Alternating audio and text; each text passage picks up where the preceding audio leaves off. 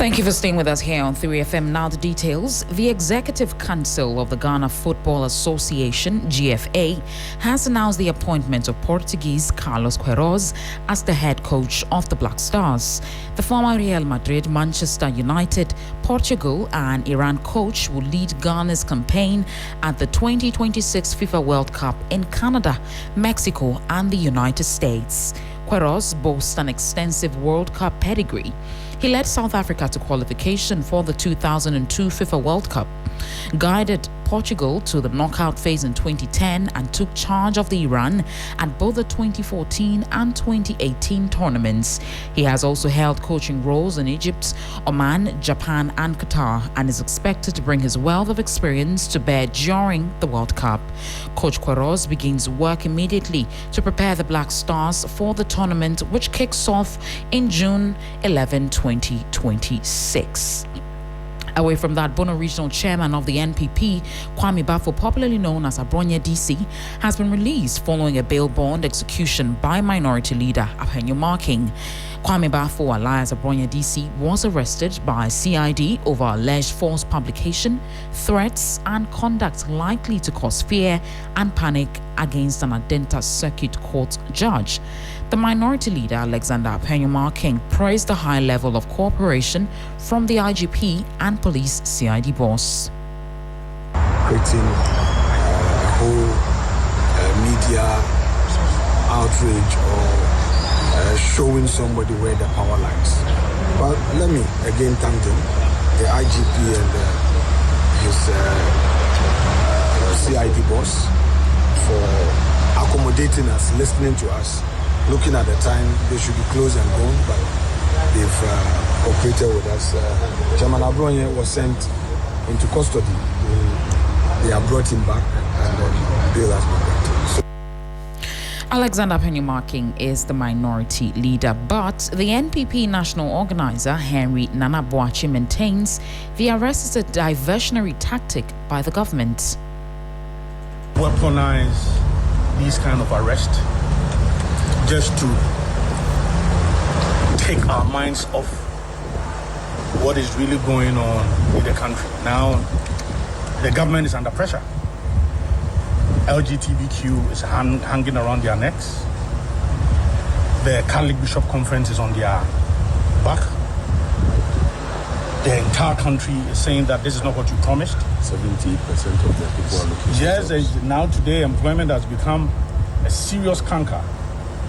Their own info analytics is saying that 74% or 78% of their own members are saying that unemployment is a massive thing that is really hurting them. So for me, this is just a mere agenda. I mean, they've been struggling from this single source, big push, which has become big scam. Now, oral is useless. Their own people are saying it's full of garbage.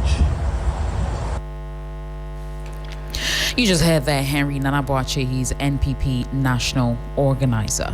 The Oti landfill site that serves Kumasi and its surrounding municipalities faces a possible shutdown within the next 3 months. City authorities warn the facility has reached full capacity and can no longer accommodate the growing volume of waste generated daily. Ibrahim Abubakar visited the landfill site and reports on the worsening sanitation situation. Mountains of unprocessed waste and an overwhelming stench define the current state of the Oti landfill site, the main waste disposal facility serving Kumasi and beyond. Now stretched beyond its limit, the site is struggling to cope with the sheer volume of waste dumped here daily. Prosper Kotoka is the waste management director for the Kumasi Metropolitan Assembly. For now, we are running at about 2,500 tons per day for the greater Kumasi. What is happening is that waste from the adjoining districts are all coming here. And so the quantity has increased tremendously. The situation is being worsened by the inadequate waste management infrastructure and the absence of effective recycling systems. Long queues have been to address the looming crisis. The Kumasi Metropolitan Assembly says plans are underway to construct 2 landfill cells at an estimated cost of 6 million euros. We are engaging with my sector ministry on how best to have some amount of money out of the 6 million. Just so even if we can do 1 cell in the medium term, it can take us to about 2-3 years for us to manage the waste. Environmental observers caution that failure to act swiftly could trigger major sanitation crisis in the city. The fate of this landfill site now hangs in the balance as city authorities race against time to find sustainable solutions to the growing waste problem in Kumasi. They say key interventions will help to prevent a full-blown sanitation crisis in the Ashanti regional capital. That was a report by our colleague Ibrahim Abubakar. Now, government says its implementation of the free primary health care will cost the taxpayer 1.1 billion cedis yearly. The government initiative will begin in 150 underserved districts across the country.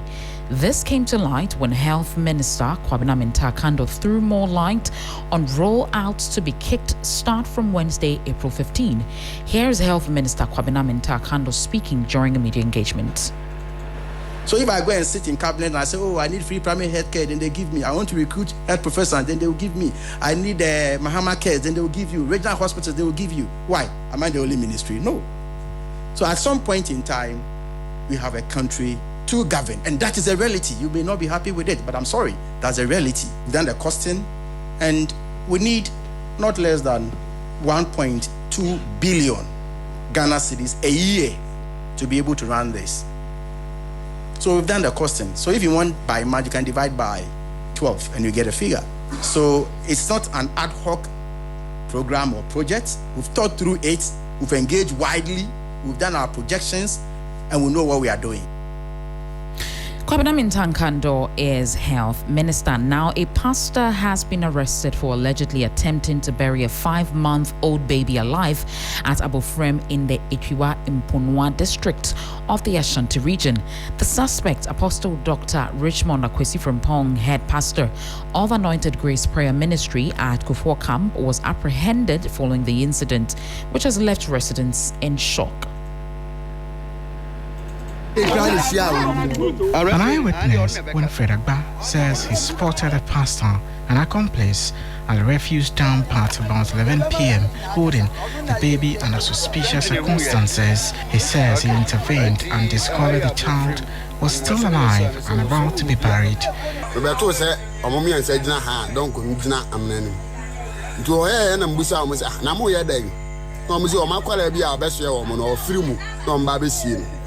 I'm saying, sir, and did not papa na grandan is as no ever salmon at the aquarama de woman. I'm saying, Aquana was who we never want women. I came to meet the 3 of them and I asked them what they are doing here. They told me it's their baby who has passed on and they are here to bury it. I insisted seeing the child. That's when I found out that the baby is alive. We later sent them to the chief.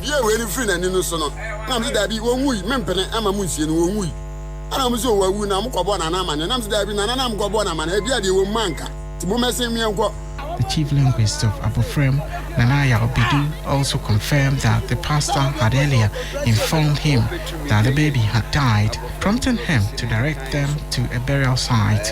He says he was unaware the child was still alive at the time.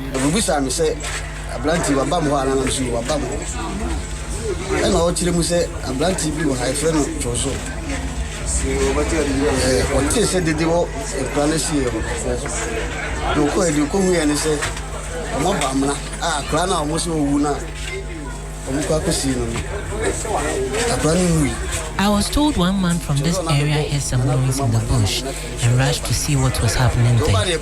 What he found out was that the baby the culprit claimed was dead was still alive.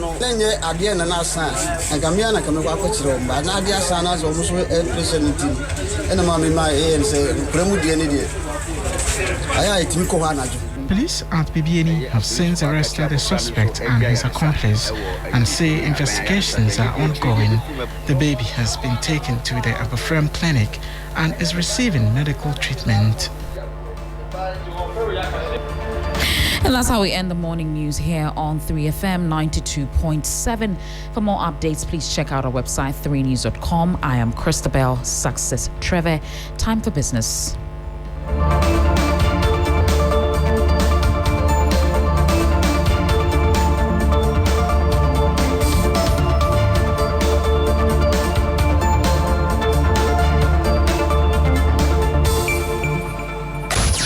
Accra gets busy on this frequency. 92.7 3FM. 3FM 92.7.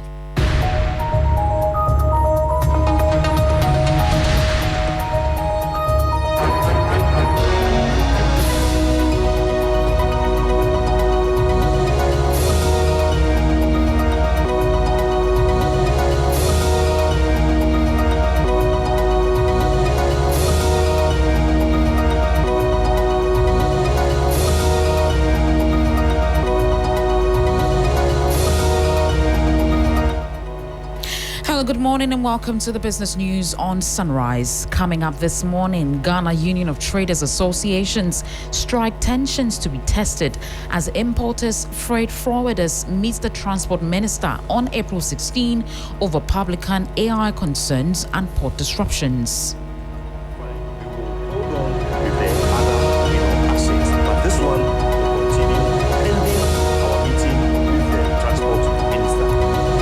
Also, government to lose nearly $500 million cedis monthly for every 1 Ghana cedi cut in fuel taxes amid planned review and Middle East tensions. Any reduction will obviously have impacts on the revenue side of this government, likely to create a revenue gap. And also, Ministry of Food and Agriculture signs landmark agro-industrial fertilizer deal with Central Group. All this while we've been importing fertilizer from other countries, and whenever there's some kind of turbulence in the global environment, fertilizer prices are affected. I am Christabel. Success Treve will bring you details of our headlines and other stories shortly. Stay with us.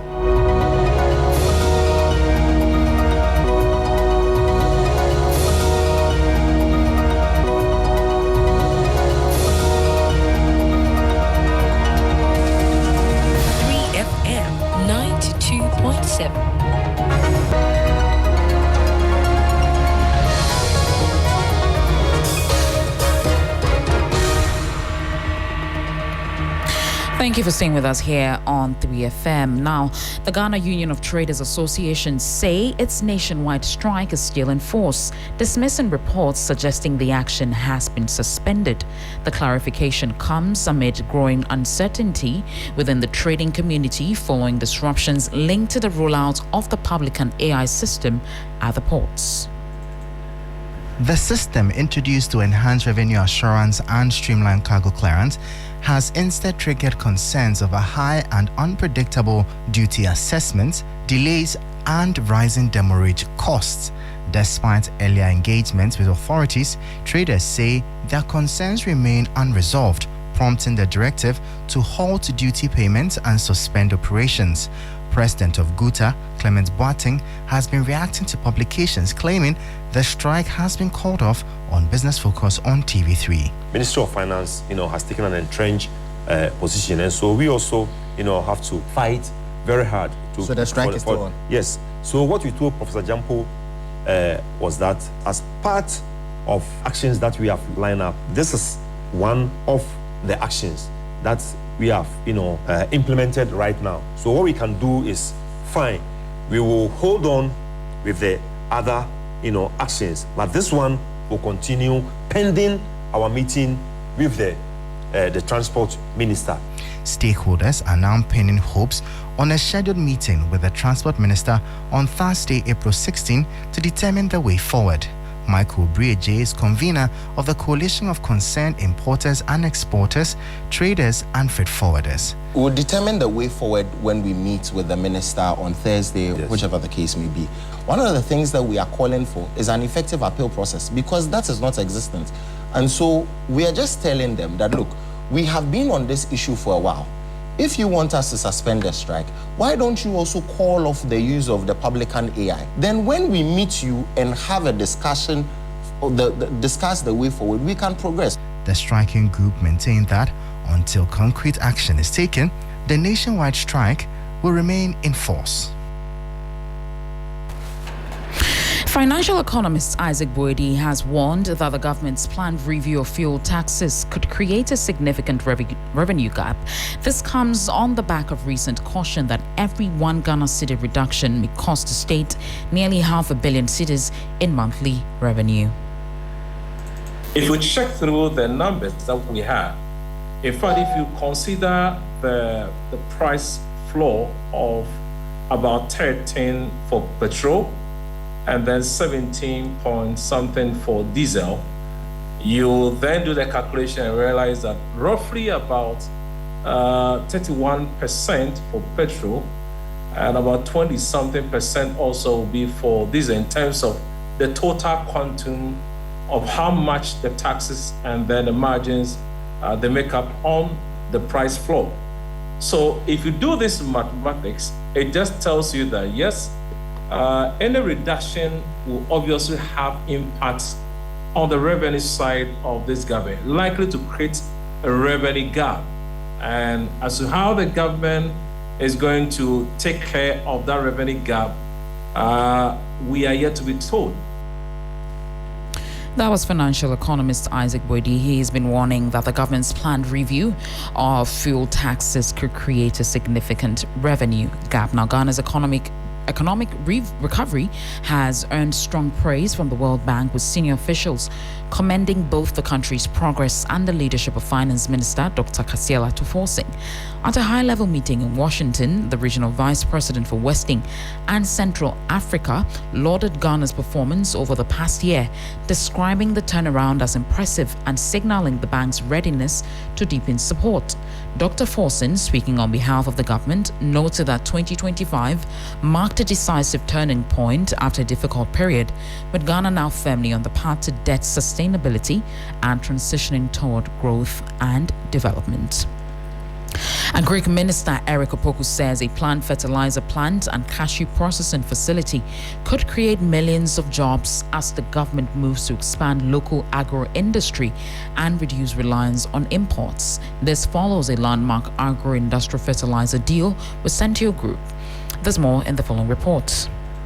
The agreement with Central Group Limited is part of efforts to shift Ghana from exporting raw commodities to processing them locally. Officials say local fertilizer production could help lower input costs for farmers and improve food security over time. The move comes as Ghana rolls out one of its largest fertilizer support programs, with 272,000 metric tons expected to be distributed nationwide under the 2026 budget. However, details around funding and timelines for the new plant remain unclear. All this while we've been importing fertilizer from other countries. And whenever there's some kind of turbulence in the global environment, fertilizer prices are affected. Now we want to ensure that fertilizer is produced here in Ghana. And Central Company Limited, already settled in Ghana, already operating in other spheres of our economy, have decided to move into fertilizer production.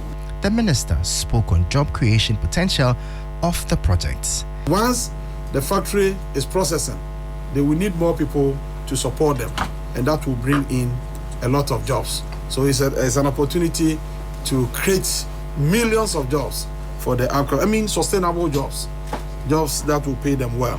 If implemented successfully, the project could reshape Ghana's agricultural value chain, though past initiatives have faced delays. Now let's take a look at how the cedi is faring against major trading currencies and how some key commodities are also faring on the global markets. On the interbank foreign exchange market, the dollar is selling at 11 cedis, 3 pesos. It gained 1 peso. The British pound is selling at 14 cedis, 85 pesos. It gained 3 pesos. The euro is selling at 12 cedis, 93 pesos. It also gained 2 pesos. However, be guided that these figures could be higher at a Forex Bureau near you. In the global commodities market, Brent crude is trading at $95.20 per barrel. Gold is trading at $4,749.75 per ounce, down by $17.14. Cocoa is trading at $3,327 per ton, up by $87.